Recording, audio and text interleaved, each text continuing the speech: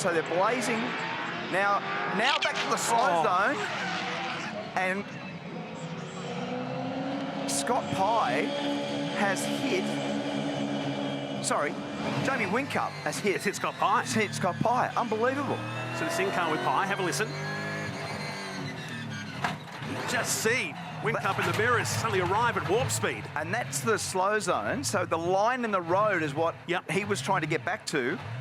And there's been a massive amount of contact here. Two team cars. Bang! And it's hurt the right front. Heavy damage. And he was watching because the safety car boards and the digital board was still flashing at that time.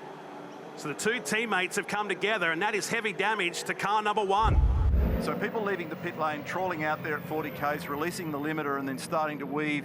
And yes, indeed, it's Aaron Love makes awkward contact with his teammate, and it's ripped the right rear corner out of Courtney's car. Michael Larkham and I were speaking a little bit earlier in the day about how challenging it is to see out of these cars. Here's the replay from Cam Crick's car. Can you believe that? So it's triggered a red flag. It's pitched James up into the wall. And everybody's now just trundling back into the pit lane. Here's the view from the other angle again from down at turn 2. So all of a sudden, Aaron just weaves over to the left, completely unaware of the fact that Courtney's there. Heavy contact. Remembering both these cars had some trauma on Wednesday, and Aaron Love's Cool Drive car went straight ahead down there at turn 2 with a brake failure. Substantial amount of damage, and it's got damage again on it now. And James Courtney had some challenges on Wednesday as well.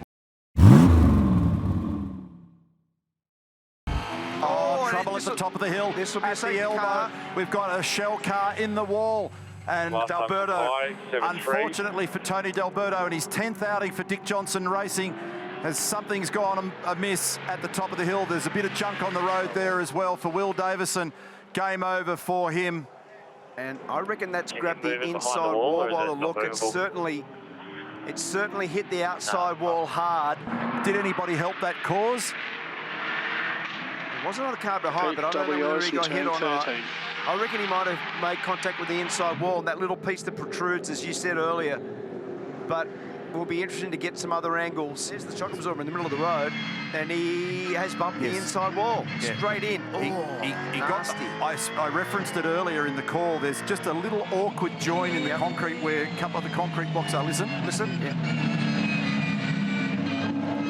Oh, that would have hit hard to try to have those tyres in the best shape. Now, there was contact there with Stanaway, so maybe there was more back to the story.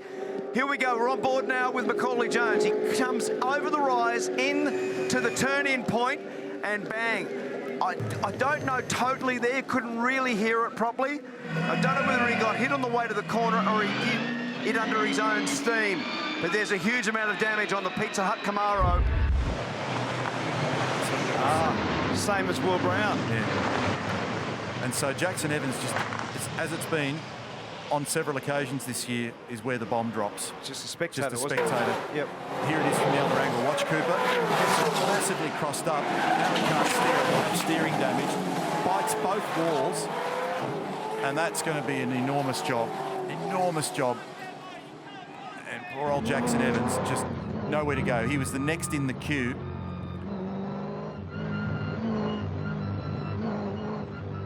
So there's flak dropping out of the sky everywhere here as they try and have a look at that as an image.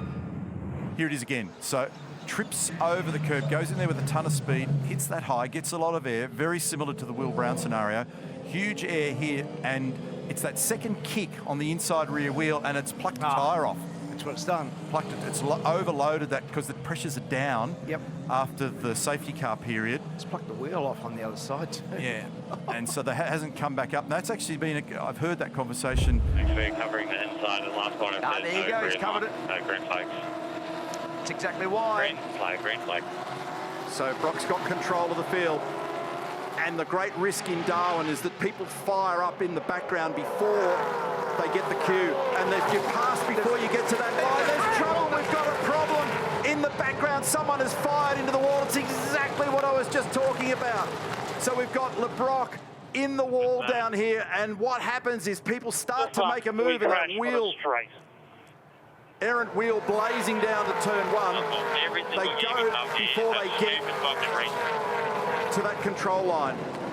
So a lot of anger on the radio in the background. We apologise for any of the language, and we've got more trouble at turn 5, and so forward cops one down there, and we've got a safety car for the second time in this race. 9. Chaos in Darwin. Seriously, 5. that crashing 4, on a straight 3, is completely ridiculous.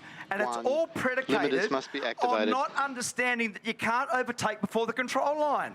So you've got guys braking on the straight. Where are we looking? Down the back end of the field. Yep. So there's Cam Waters, who bumps into Thomas Randall. So this is Randall now. On the outside, Jackson Evans, and that was the inside. So that's what we picked up before. So Cam Waters into Randall, into Jackson Evans, and chaos unfolds. Golding involved also. But what about Cam Waters surviving this? Like going through a 360. Oh my goodness, that was actually a much bigger shunt than I thought. With Golding fully riding the 55. That's unbelievable image here. So watch this, just check it out. Round he goes, didn't nail the wall, puts it back in gear, drops the clutch and presses on. Holy smoke. That is the save of the year. Now, the Percat runs long, so he's wide. That sort of starts it a bit. Oh, and then there's the spear. Have a look at the car on 2 wheels for Golding. It's not the wall of death up there. Well, trouble for Randall. He's made heavy contact somewhere. Yeah, that's turn 8. So he's hit the fence on the way out of turn 8. That left-hand front's bad. Now this will trigger a safety car. This will be a safety car for sure. I can't move. I cannot move. Not end up with a double stack. This is the understeer. That's hit hard. That's hit really hard. Check the wall out. So the wall's gone back half a metre there. So he was miles out of the groove. It never looked like turning down there.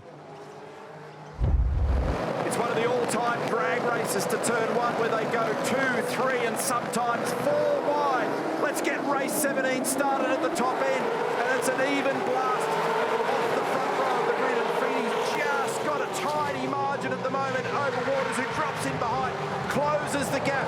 Forward's looking to force the issue down the inside as well, and coming up around the outside is Payne. Can he try and do something about second place? No, he gets shut down in the process. It's Feeney, it's Waters, it's Payne, and we've got a car heavily into the wall at the back of the pack. I think it's and that is going to be a major problem that could trigger a safety car. I thought it was Will. But Safety car boards and I might be flags. wrong. It's Jackson Evans with... Yeah, it is, yeah. Sorry, I couldn't pick which car it was. That's gone in the guardrail 8, very hard. 7. So 6, they'll bring the cars under 5, control, 4, and so, as 3, I thought with an incident 2, at that level, 1. you're going to see a Safety car limiters activated. Let's have a look at the replay at the start and see if we can unpack exactly what's gone down here. So initially, it looked like a very even jump, and then Cam, on that angle, just decides to sacrifice and lift the throttle and drop back in. That immediately triggered Payne trying to figure a way around the outside. So look further down the order here. Is there a telltale? It's on the outside there with Di Pasquale. And there was, I think, either... I couldn't pick whether it was Golding or Stanaway from the left-hand side there. And then this is a secondary one where we saw Macaulay off the road. He gets a late bump there by Anton on the way into turn 5. So the reason that the Pizza Hut entries rotated is there was a bump on turn in there, and you can see the damage in behind the rear wheel. But I think there might have been wheel contact here for this to fire off at that angle. So that wheel-to-wheel contact, it hit the guardrail, but as a consequence of wherever the car was positioned around the outside, there's been wheel-to-wheel contact, and then it arrows off at that mad angle, which, as you said, Neil, it's always hard then when you're trying to ascertain where the car's going to go after the contact, that doesn't necessarily happen the way you'd like. That first one, this might also tell the story. You can actually see it go. And that's heavy duty. Glenn Seaton had a big shunt there years ago as well. Oh, that's into the rails, that's into the chassis. That is a mess, and hopefully Brodie's okay. The belts will have hurt with that one. So right here, see how it's gone under that front left tyre, and now he's a passenger. The thing's just going to snow plough down there, can't steer, it's sitting on the junk. And we'd never see them go in so early